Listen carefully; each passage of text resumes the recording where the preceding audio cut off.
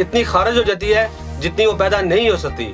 اس لیے اس کا نتیجہ یہ نکلتا ہے کہ دل کمزور ہونا شروع ہو جاتا ہے اور بعض اوقات خفقان یعنی غشی کا عارضہ لاحق ہو جاتا ہے اور ذرا سا خیال آتے ہی دل کی دھڑکن بے قابو ہو جاتی ہے. پھر جب اس کو یہ معلوم ہوتا ہے کہ سب میری ان بد فعلیوں کا نتیجہ ہے جو اپنی بد قسمتی سے کر چکا ہوں, تو پھر اس کو آنکھیں کھلنے پر غم ہوتا ہے اور اس سے ایسے شخص کے دل کو اور بھی نقصان پہنچ جاتا ہے اور دل نہایت کمزور ہو جاتا ہے. اس لیے انتشار کے وقت وہ خون کی صحیح مقدار اس تناسل کی طرف نہیں بھیج سکتا. اسی وجہ سے ضعف قلب کا مریض کو کامل انتشار نہیں ہوتا, یعنی ڈھیلا ڈالا ریئیکشن ہوتا ہے جسے ہم سیمی ریئیکشن کہتے ہیں یا عضو مخصوص کا ڈھیلا پن جسے ہم کہتے ہیں. اسی طرح جگر, جلک کی وجہ سے جگر بھی بہت جلدی کمزور ہوتا ہے کیونکہ منی زیادہ خارج ہونے کی وجہ سے خون کی زیادہ ضرورت پڑتی ہے. اس لیے جگر کو خون بنانے کے لیے زیادہ کام کرنا پڑتا ہے, لیکن جو خون پیدا ہوتا ہے وہ منی بنانے کے عمل میں استعمال ہو جاتا ہے. اسی وجہ سے جگر کو پوری خوراک نہیں ملتی اور جگر بہت جلد کمزور ہو جاتا ہے اور جالک یعنی جلک لگانے والے کے بدن میں خون کی کمی ہونا شروع ہو جاتی ہے.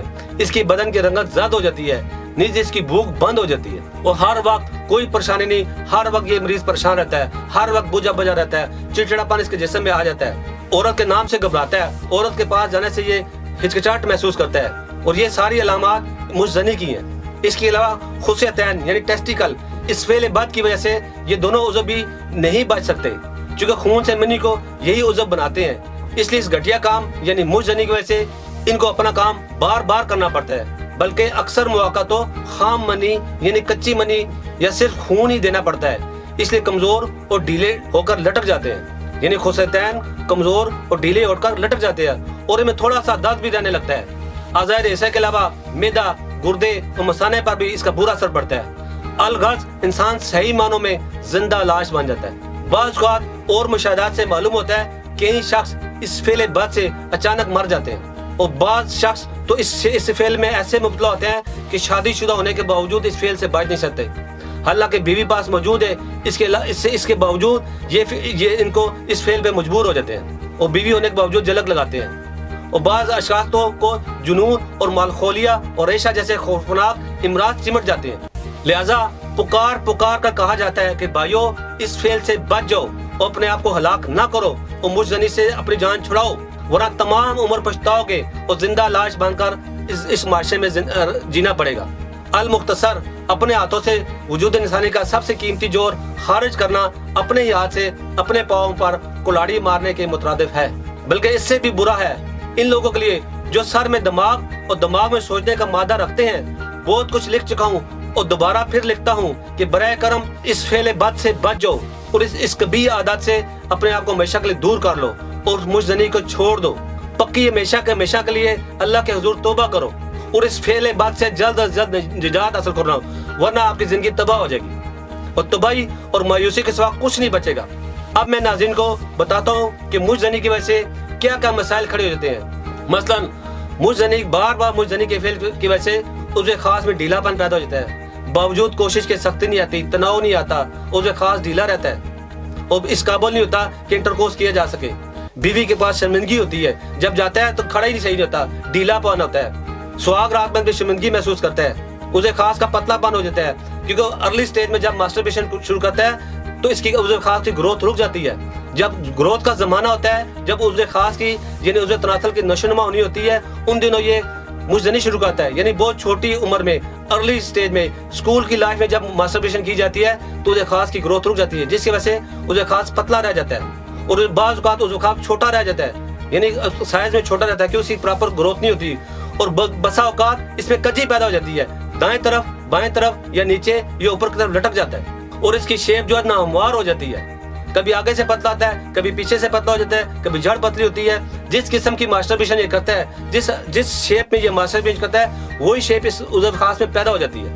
عضو خاص میں ٹیڑھا پن پیدا ہو جاتا ہے اور اس کے اندر سم ٹائم اس میں مسکل اور فریکچر ہو جاتا ہے. اس میں ہڈی نہیں ہوتی لیکن مسلز ہوتے ہیں جن کے اندر فریکچر ہو جاتا ہے اور بعض اوقات عضو خاص کی جڑ کمزور رہ جاتی ہے. بعض اوقات عضو خاص کے درمیان میں رنگ بن جاتا ہے, یعنی گڑے پڑ جاتے ہیں اور بعض کا جڑ میں رنگ بن جاتا ہے.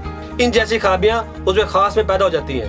اب میں ناظرین کو مجزنی چھوڑنے کی چند احتیاطی تدابیر بتاتا ہوں جن پر عمل کر کے وہ مجزنی جیسے کبھی عادت سے ہم ہمیشہ کے لیے اپنے آپ کو اس سے جان چھڑا سکتے ہیں. ابھی میں وہ بتاؤں گا جو مجزنی چھوڑنے میں مدد دیتی ہے. مجزنی چھوڑنے کے لیے ان احتیاطی تدابیر پر عمل کرنا بہت ضروری ہے۔ سب سے پہلے یہ کہ اپنے ذہن کو پاک اور صاف رکھیں، گندی فلمیں مت دیکھیں، رات کو سونے سے پہلے باوضو ہو کر سوئیں، اور خاص میں نوجوانوں سے کہوں گا وہ کمروں میں اکیلے نہ سوئیں، والدہ یا والد کے کمرے میں سوئیں، اکیلے کمرے میں نہ سوئیں، رات کو کھانا کم کھائیں اور جلدی سو جائیں، جم یا ورزش وغیرہ کریں، ایکسرسائز کریں، اپنی زندگی میں کسی نہ کسی گیم کو لے کے آئیں، کرکٹ کھیلیں، ہاکی کھیلیں، ٹیبل ٹینس کھیلیں، یعنی اپنے آپ کو گیم میں مصروفیات میں رکھیں، فحش چیزیں گندی فلموں سے دور رہیں، ٹی وی پر کمرشل اور ڈرامے دیکھنے سے دور رہیں، ان کی وجہ سے رات کو دماغ میں برے خیالات آتے ہیں۔ نماز پابندی سے پڑھیں اور دیندار لوگوں کے ساتھ اٹھنا بیٹھنا رکھیں، مسجد کے ماحول میں رہیں، ان ہدایات پر عمل کریں اور مجزنی کو دل سے نکال دیں۔ اور جو نوجوان لڑکوں سے میں یہ کہوں گا جب وہ باتھ روم میں نہانے لگے تو کوئی نکر پہن کے نہائیں اور باتھ روم کے دروازے کو کھلا چھوڑ دیں، یا گھر کے سین میں بیٹھ کے نہا لیں، جہاں کوئی گھر میں کوئی عزیز ہو۔ اکیلے تنہائی میں باتھ روم میں نہائیں گے تو پھر مجزنی کا دل کرتا ہے۔ اکیلے میں یعنی تنہائی اکیلے میں زیادہ تر نہ رہیں، اپنی فیملی کے ساتھ وقت گزاریں تاکہ اس برے فعل سے آپ بچ سکیں۔ تو جی ناظرین، اب میں آپ کو مجزنی کے مریضوں کے لیے خوراک اور وہ غذائیں اور پرہیز بتاؤں گا جس پر عمل کر کے مریض اس مرض سے جلد نجات حاصل کر سکتے ہیں۔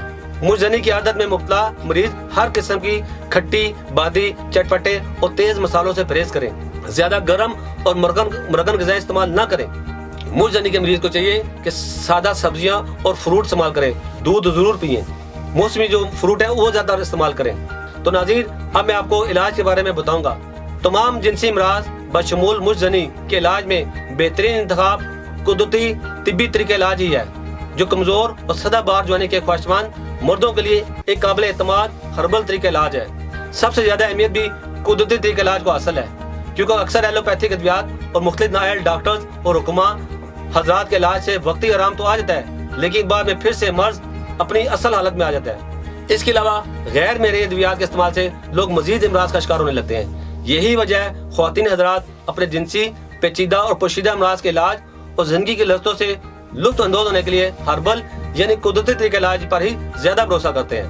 ہمارے ادارے کے ڈاکٹرز، حکماں، سائنسدانوں، فارماسسٹ اور طبی ماہرین کی ٹیم نے مرض کے اصل اسباب کو مد نظر رکھتے ہوئے قدیم و جدید طبی تحقیق کے نچوڑ اپنے طویل طبی مشاہدات کی روشنی میں مختلف قدرتی جڑی بوٹیوں پر ریسرچ کے بعد مجزنی کا محفوظ اور مؤثر طریقہ علاج اور ذہنی و جسمانی طاقت کی بحالی کے لیے مکمل علاج دریافت کیا ہے۔ تاثیر دکھانے پر مجزنی کا علاج مکمل تشخیص کے بعد کیا جاتا ہے۔